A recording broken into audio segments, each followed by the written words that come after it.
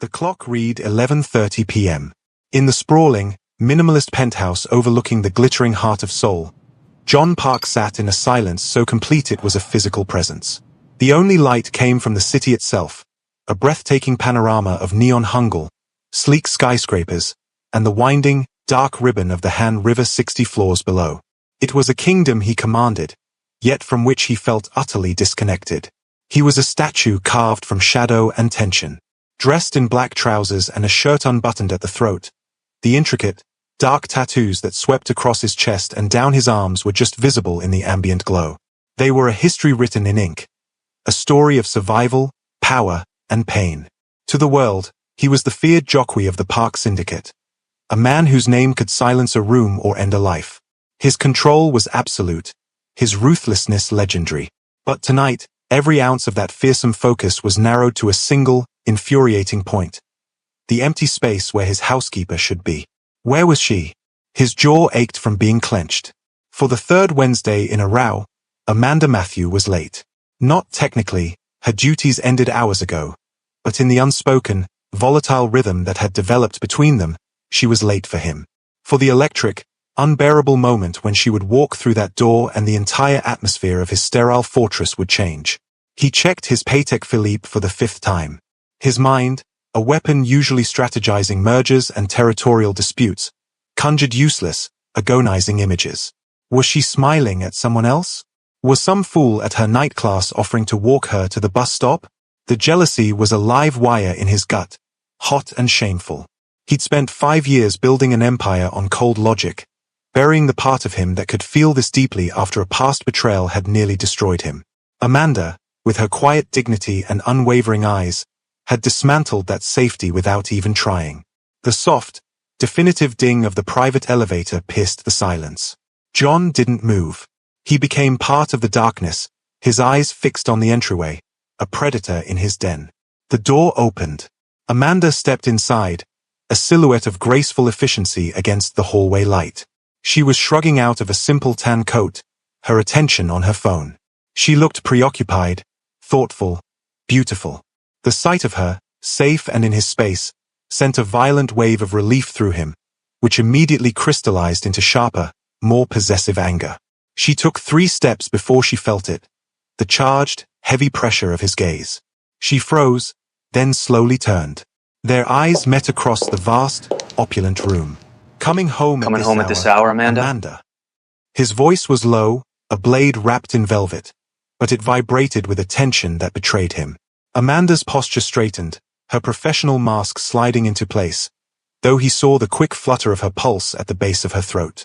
My work for the day was completed, Mr. Park. My personal time is my own.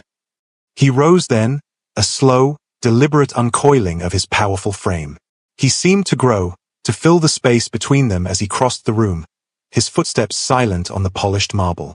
He stopped far too close, invading the careful distance she always maintained.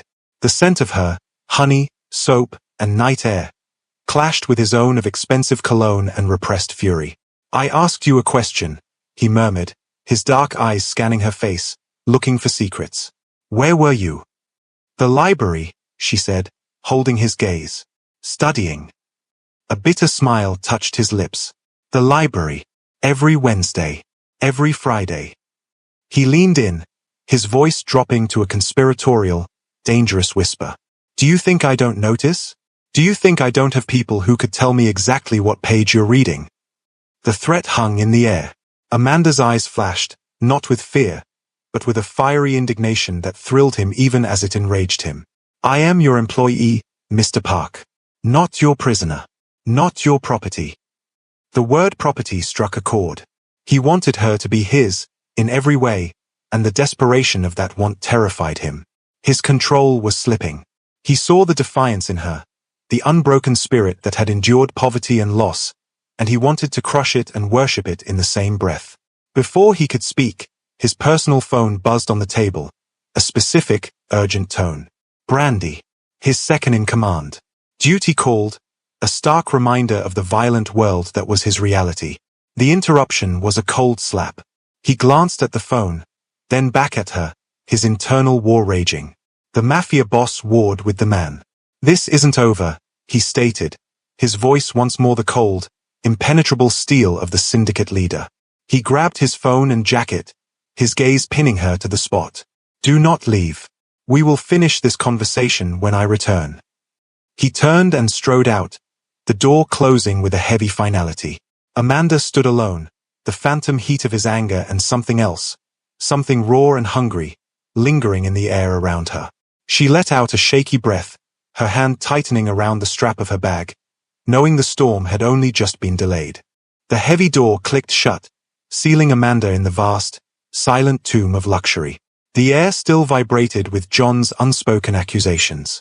She walked to the floor-to-ceiling window, pressing her forehead against the cool glass, seeing not the dazzling Seoul skyline but her own faint, ghostly reflection superimposed over it. This penthouse was her gilded cage. After her mother's diagnosis, life had become a series of spiraling numbers, medical bills, funeral costs, evaporating savings. The scholarship to Seoul National University was a distant dream, replaced by the crushing reality of survival. The job listing had been a miracle: live-in housekeeper, discretion required, significant compensation. The interview with Brandy, John's sleek and calculating second-in-command, had been chillingly blunt. "You will see things. You will hear things. You will forget them. Your loyalty is to Mr. Park alone. Do you understand?" Desperation had a way of making dangerous terms sound like salvation. She had said yes. The man she met that first day was not the monster she feared. He was something more complex, a devastatingly handsome king encased in ice, his eyes holding a history of storms. He gave her one primary rule, his voice a low, gravelly command that resonated in her bones. "My private office is forbidden. For any reason. Do not cross that threshold." For months, she was a phantom, polishing surfaces that already shone, folding clothes that smelled like him, sandalwood and something darker. She memorized the patterns of his scars, the white lines on his knuckles, the jagged one peeking from his shirt sleeve. And she felt it, the dangerous, electric pull that crackled in the space between them whenever he was near. He'd begun leaving gifts. A velvet box containing diamond studs. A Birkin bag placed at the foot of her bed. Each felt like a violation, a payment for something she hadn't offered. She returned every one, leaving them outside his forbidden office door, her pride the last fortress she wouldn't surrender. Her real solace was in her worn textbooks, in the night classes at the community college in Noan. On that bus, surrounded by tired students and shift workers, she wasn't a maid in a criminal's employ. She was Amanda Matthews, reclaiming a shred of the future that had been stolen. The elevator's sudden, unexpected ding made her jump. It was too soon for John to return. Brandy stepped out, her heels clicking a precise rhythm on the marble. She was impeccably dressed, her smile as sharp as a blade. "Amanda, Mr. Park is occupied with a business matter. He asked me to check in." Amanda's senses went on high alert. "I'm fine, as you can see. Can I?" Brandy's gaze swept the room, lingering on Amanda's simple tote bag, which held her textbooks. These late nights must be exhausting. All that, studying. She said the word like it was a suspicious activity. "It's admirable, really. Such dedication. Or is it a useful cover?" The accusation was veiled but clear. Amanda's blood ran cold. "My education is personal. It has nothing to do with my work here." "Of course," Brandy purred, walking closer. "But in our line of work, the personal is often a vulnerability. It creates patterns. Predictability." She stopped inches away. "Mr. Park is a powerful man with powerful enemies. It would be a tragedy if someone misinterpreted your patterns. If they thought his quiet, clever housekeeper might be a source of information." The threat was now explicit. Brandy was warning her off, isolating her. "I don't know anything," Amanda stated, her voice steady. "You know him," Brandy corrected softly, her eyes cold. "And that, my dear, might be the most dangerous thing of all." She gave a final, meaningless smile. "Get some rest. Big day tomorrow." As Brandy left, Amanda's heart hammered. This was more than jealousy from John. This was a plot. She waited for the silence to settle, then crept to her bag. She pulled out her financial management textbook, But as she opened it, a small, unfamiliar flash drive fell from the pages and clattered onto the floor. She stared at it, a bolt of pure terror shooting through her. She had never seen it before. Someone had been in her room. Someone was setting her up. For 2 days after John's tense departure, the penthouse was a museum of silence. He was a ghost, leaving before dawn, returning long after midnight. The oppressive weight of their unfinished conversation was replaced by something colder. His absence felt like a verdict. Amanda moved through her routines, the flash drive burning a hole in her mind from its hiding place. She expected a confrontation, a volcanic eruption of his jealousy. Instead, she got ice. On the third evening, as she was preparing a simple dinner she knew he wouldn't eat, he returned. He stood in the kitchen doorway, watching her. He had changed out of his suit into dark, casual clothes that made him look more like the ruthless operative he was rumored to be than the corporate tycoon he pretended to be. A fresh cut, thin and precise, grazed his temple. "You're bleeding," she said before she could stop herself, her hands pausing over the vegetables. He didn't touch the wound. His eyes, dark and utterly fathomless, held hers. "It's nothing." The silence stretched. "You're still here. You told me not to leave." A ghost of something, not a smile, but an acknowledgement, flickered in his gaze. "I did." He stepped into the kitchen, the space shrinking instantly. He didn't ask about her classes. He didn't mention the library. He picked up a knife she had just washed, testing its balance. "Loyalty is a rare currency, Amanda. Rarer than diamonds.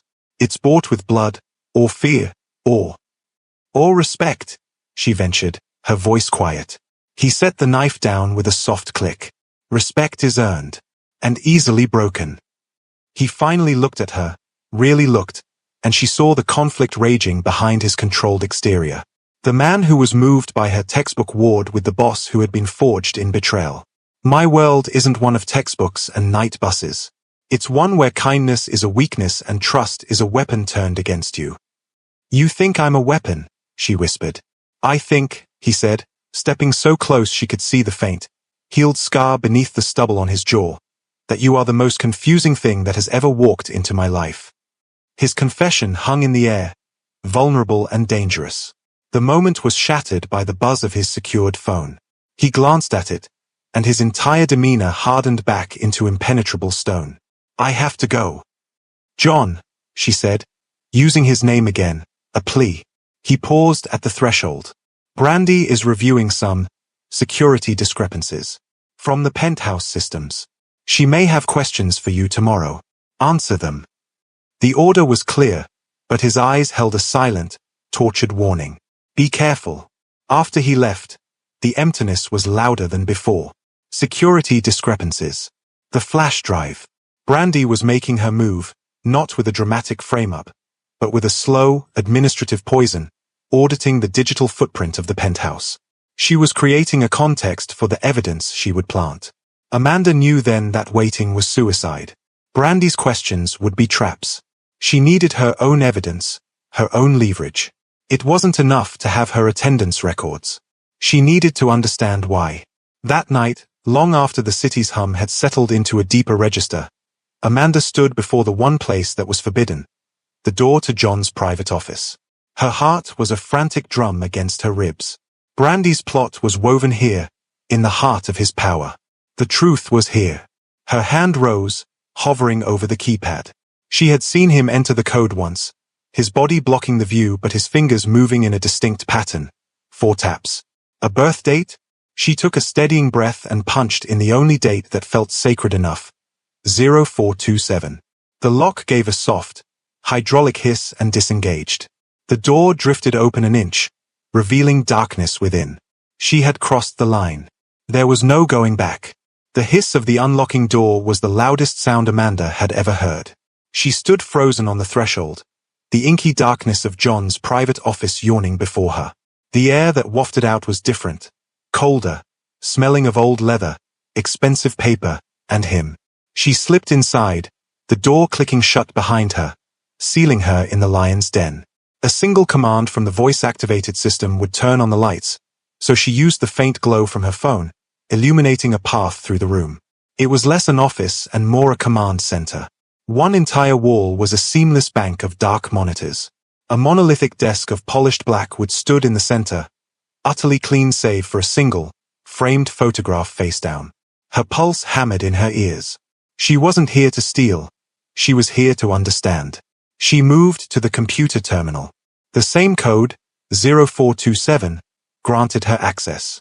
Her stomach churned with guilt and fear. She was violating the one rule that had defined their professional existence.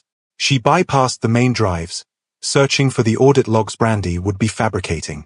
She found them in a secured subfolder, but they were clean, routine. Brandy was too clever to keep the evidence here. Then, her eyes caught a different folder, simply labeled Y. Against every instinct screaming at her to stay on task, she opened it. It wasn't filled with syndicate business. It was a digital tomb. Pictures of a stunning Korean woman with a smile that didn't reach her eyes, Yuna.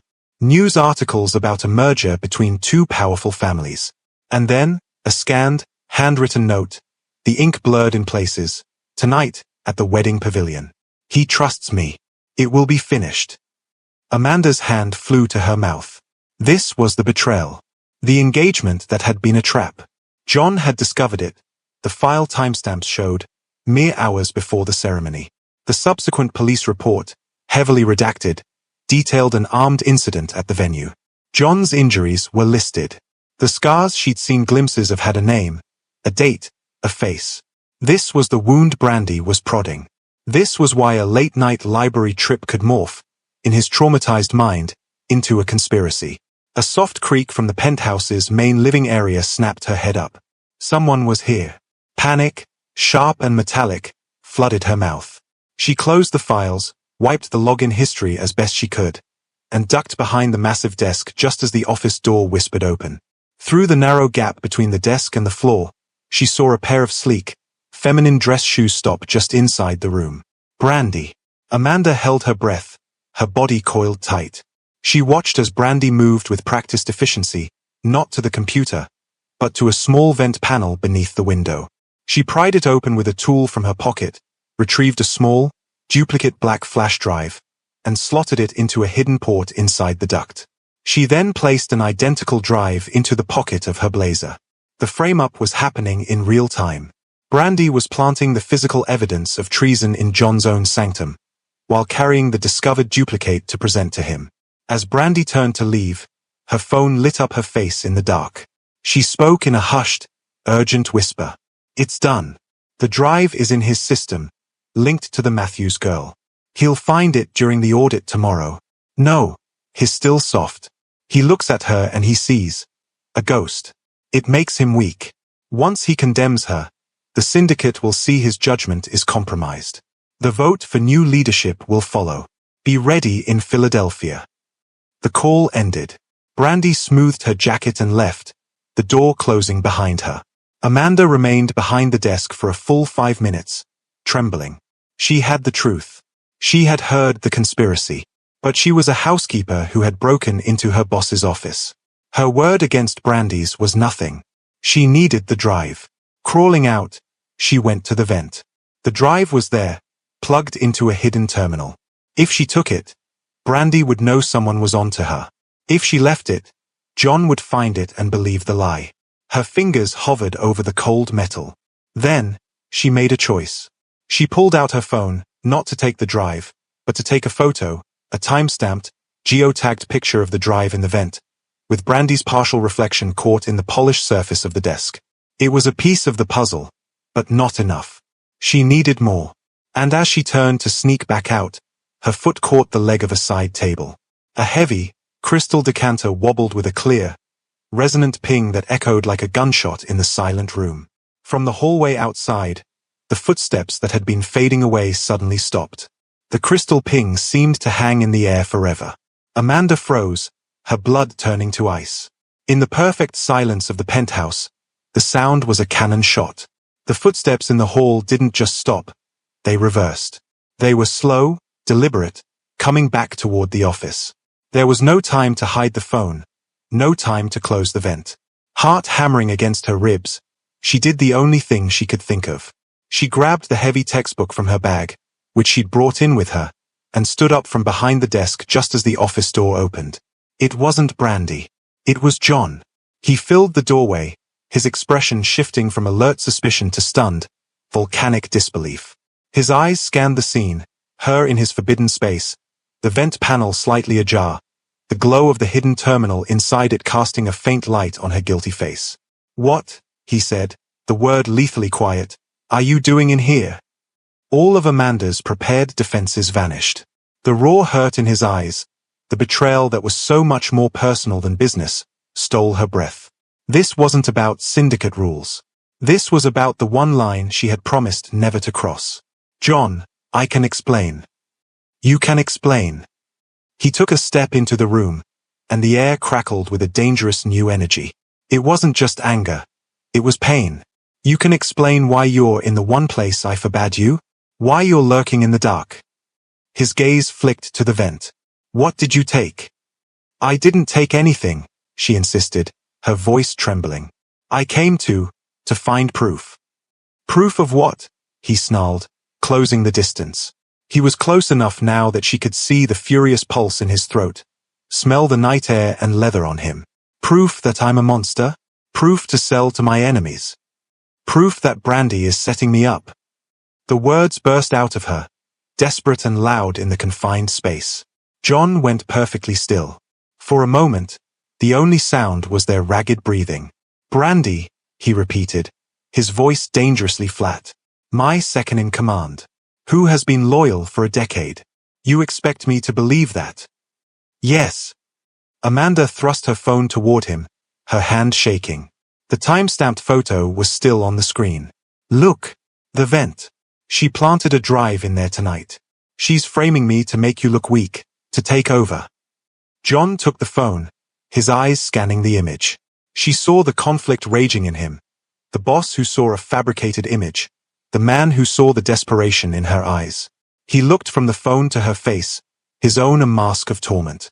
"And why," he whispered, his voice breaking with emotion, "would you be in here to discover this? Why would you risk everything? For a job? For money?" "No." The denial was ripped from her soul. All her pride, all her careful distance, crumbled in the face of his genuine confusion. "Because I couldn't stand you looking at me like I betrayed you.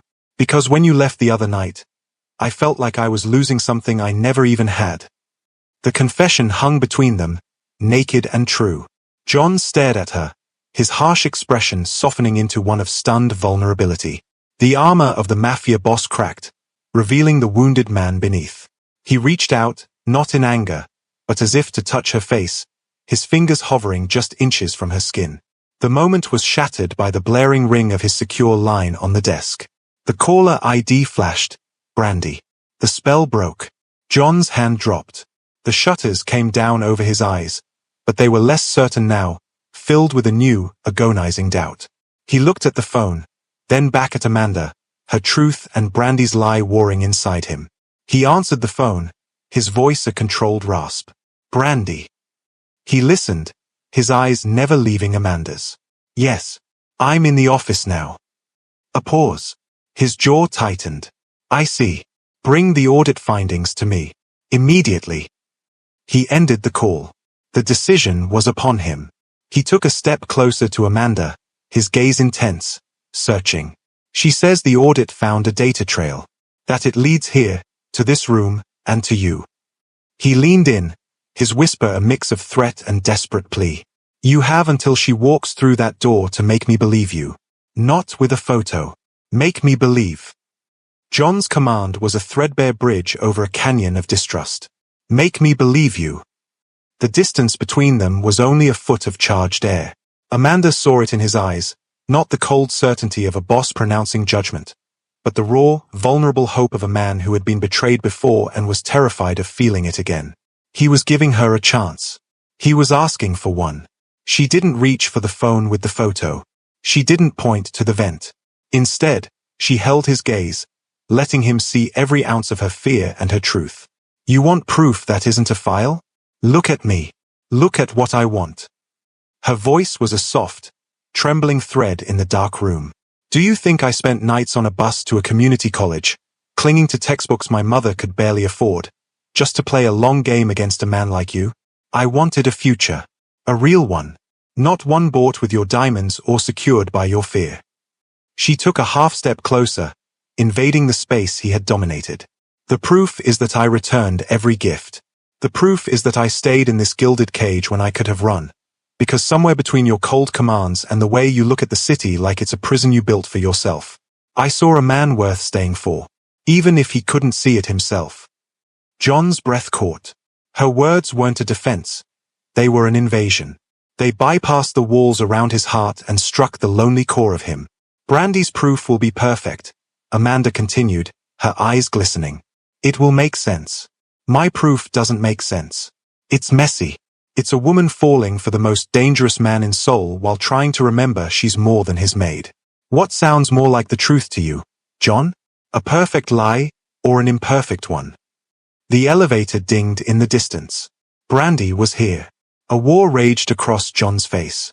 A lifetime of survival screamed at him to trust the evidence, the pattern, the ghost of Yuna.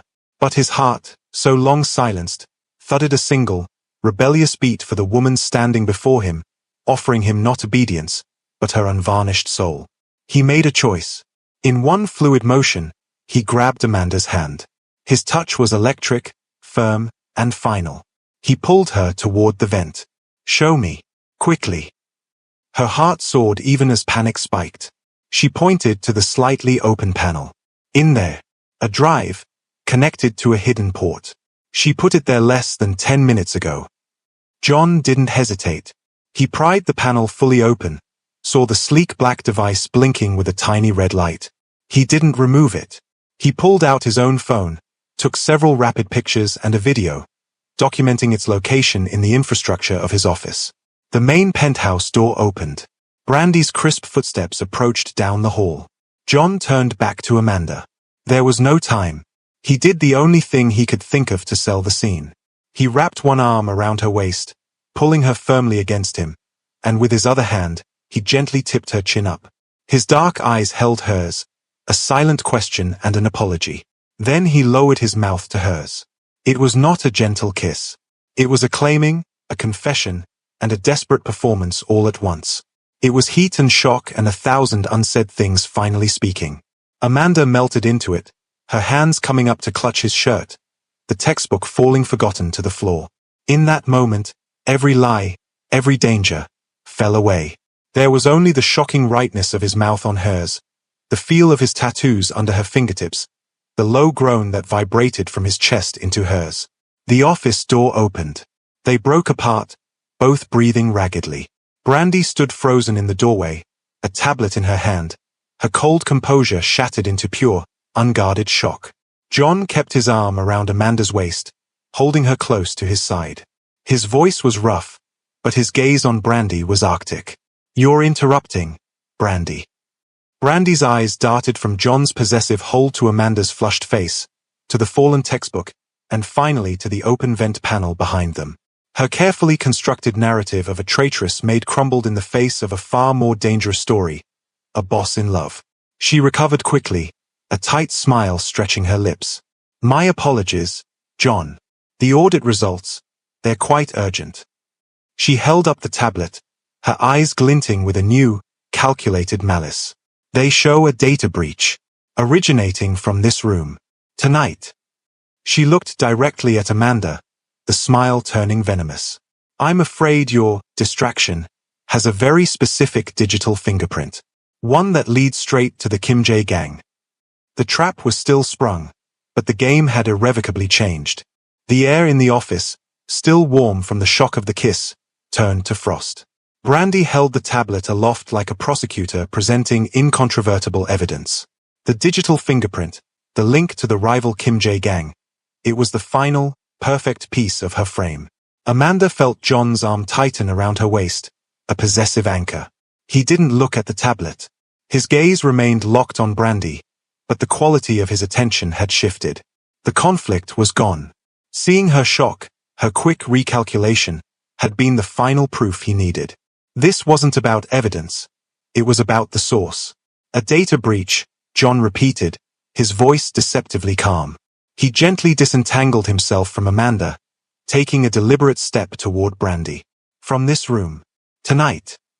The timestamps are precise, Brandy affirmed, her confidence returning as she fell back on her fabricated data. It coincides with the subject's unauthorized presence here. She couldn't keep the slight, triumphant sneer from her voice as she glanced at Amanda. John stopped an arm's length away. He reached out, not for the tablet, but to gently take Brandy's wrist. His touch was not violent, but it was absolute.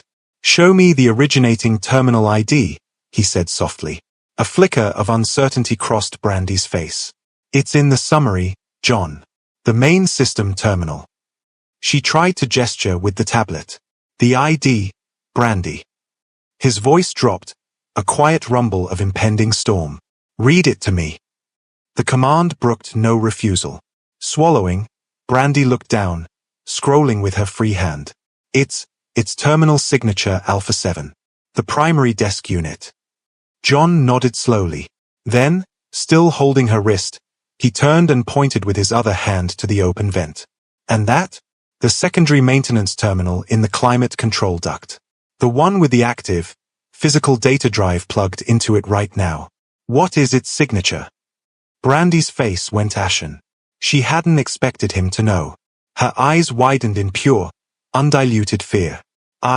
That's a non-networked backup line, it wouldn't."